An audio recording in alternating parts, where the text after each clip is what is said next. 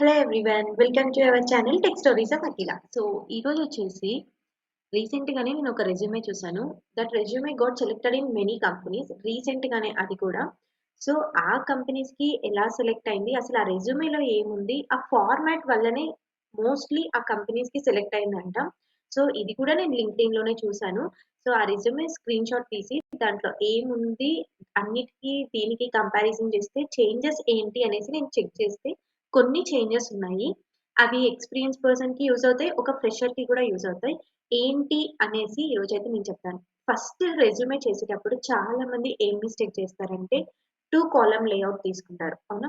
2 column layout తీసుకుంటారు. లేదా 2 pages, 3 pages అలా తీసుకుంటారు. ఫస్ట్‌లీ 2 కాలమ్ లేఅవుట్ అనేది చాలా వరకు అవాయిడ్ చేయండి. ఓకే. సింగిల్ కాలమ్ లేఅవుటే తీసుకోండి. ఎందుకో చెప్తా. అసలు రోస్ ఉంటే చాలు. ఎందుకో చెప్తాను. లైక్ ఒక రెజ్యూమే ఎలా ఉండాలంటే ఎప్పుడైనా సరే ఏ4 షీట్ లాగా కనిపించాలి. మనకు ఒక ఏ4 షీట్ ఎంత కరెక్ట్‌గా పట్టుకుంటే ఎంత క్వాలిటీగా ఉంటుందో సేమ్ మన పేపర్ గూడా అలానే ఉండాలి. That is the life. Okay. Firstly చాలామంది ఈవెన్ ఫ్రెషర్స్ అయినా సరే ఏం చేస్తారంటే సమ్మరీ పెడతారు. రోల్ సమ్మరీ అనేది పెడతారు కదా! సో, రోల్ సమ్మరీ కాకుండా మీరేం చేయాలంటే ఎప్పుడైనా సరే ఫస్ట్ ఇంటర్న్‌షిప్ ఎక్స్‌పీరియన్స్ పెట్టండి. ఎందుకు తెలుసా? ఇంటర్న్‌షిప్ ఎక్స్‌పీరియన్స్‌లో మీరు ఏం వర్క్ చేశారు? లైక్ ఇప్పుడు for example as a React developer what I did. Okay. నేను రియాక్ట్ డెవలపర్‌గా ఈ కంపెనీలో వర్క్ చేస్తున్నాను అనేసి వర్క్ ఎక్స్‌పీరియన్స్ పెడతారు. And next internship I did internship in this company అనేసి పెడతారు. పెట్టిన తర్వాత ఏ స్కిల్ సెట్ యూజ్ చేశాము అనేసి 3 or 4 point wise. Okay. Bullet point wise మీరు పెట్టాలి. మళ్ళీ దాన్ని బుల్లెట్ పాయింట్ మెన్షన్ చేయాలా అంటే అవసరం లేదు. బుల్లెట్ పాయింట్స్ మెన్షన్ చేయకపోయినా పాయింట్స్ వైస్ పెట్టండి. పారాగ్రాఫ్ లాగా కాకుండా బుల్లెట్ పాయింట్స్ వైస్ మీరు పెట్టారనుకో క్లారిటీ మెన్షన్ అవుతుంది. అండ్ ఇంకొకటి ఏంటంటే ఇప్పుడు ఫర్ ఎగ్జాంపుల్ మీరు మొత్తం లైన్ రాసేసారు. మొత్తం లైన్ రాసేసి మిడిల్‌లో ఒకటి ఉంటుంది. That is the main focused point అన్నమాట. ఓకే. అంటే నేను కాల్ బ్యాక్స్ యూజ్ చేశాను వీటిని రిజాల్వ్ చేయడానికి అనేసి మనం పెడతాం కదా! సో, అలాంటి టైంలో నువ్వేం చేయాలి? బోల్డ్ చేయాలి. Okay. Only that 2 words should be bold. Okay. ఆ 2 వర్డ్స్‌ని నువ్వు బోల్డ్ చేయగలిగితే ఏమవుతుందంటే రిక్రూటర్‌కి ఫోకస్డ్ కనిపిస్తుంది. సో, అలా చేయాలి. ఆ బోల్డ్ చేయడం కూడా ఏదో డార్క్‌గా ఏదో చేయడం కాదు. జస్ట్ బీ ట్యాగ్ ఉంటది కదా! దాన్ని యూజ్ యూజ్ చేయండి. అండ్ ఇంకొకటొచ్చేసి ఫాంట్ సైజ్ 12 పీఎక్స్ నుంచి 13 పీఎక్స్ అంతే. అంతకు మించి పెంచకండి. ఓకే. పెంచితే ఒకవేళ మీకు తక్కువ అనిపిస్తేనే ఇంకా కొంచెం పెంచండి. నేను ఫార్మాట్ చూపిస్తాను లాస్ట్‌లో. అండ్ ఎక్కడ చేయాలనేది కూడా చూపిస్తాను. నెక్స్ట్ వచ్చేసి ఏంటంటే ఏరియల్ గాని, టైమ్స్ న్యూ రోమన్ గాని తీసుకోండి. అండ్ మోర్ ఓవర్ రెజ్యూమే ఎవరు క్రియేట్ చేసినా ఒక ప్లెయిన్ అండ్ నీట్ ఫార్మాట్ ఉండాలి. ఓకే. అండ్ ఇంకొకటి ఏంటంటే వర్క్ ఎక్స్‌పీరియన్స్ ఫస్ట్ పెట్టండి. అక్క మేము ఫ్రెషర్స్ కదా ఎక్స్‌పీరియన్స్ ఉండదు అంటే internship experience. Keep your internship experience. Okay. Keep your certifications experience. Okay. వీటిని మీరు ఎక్స్‌పీరియన్స్‌గా యాడ్ చేసుకొని నెక్స్ట్ ఎడ్యుకేషన్. ఓకే.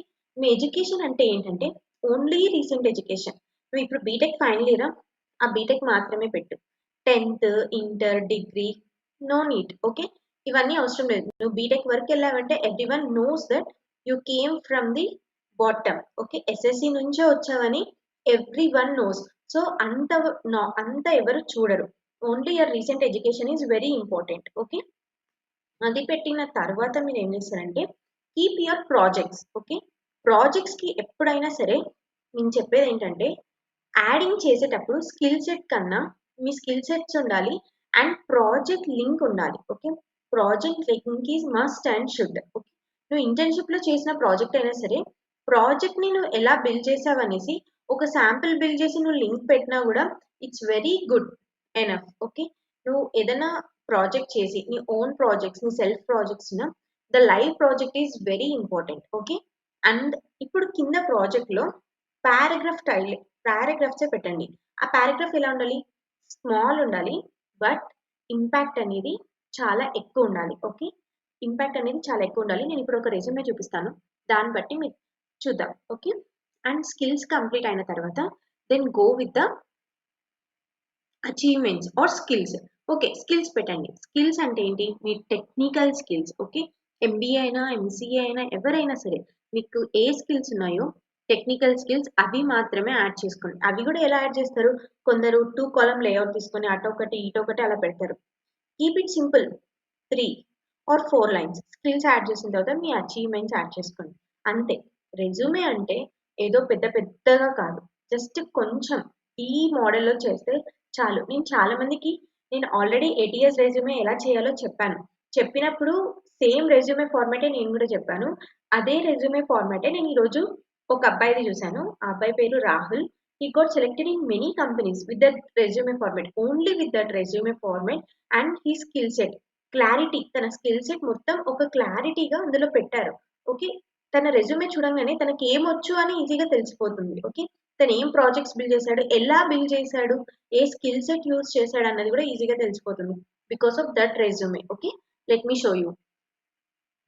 ఇప్పుడు చూడండి, ఇక్కడ Rahul Kumar full stack developer, integrated dual degree and CSE IIT Kanpur అని ఉంది కదా.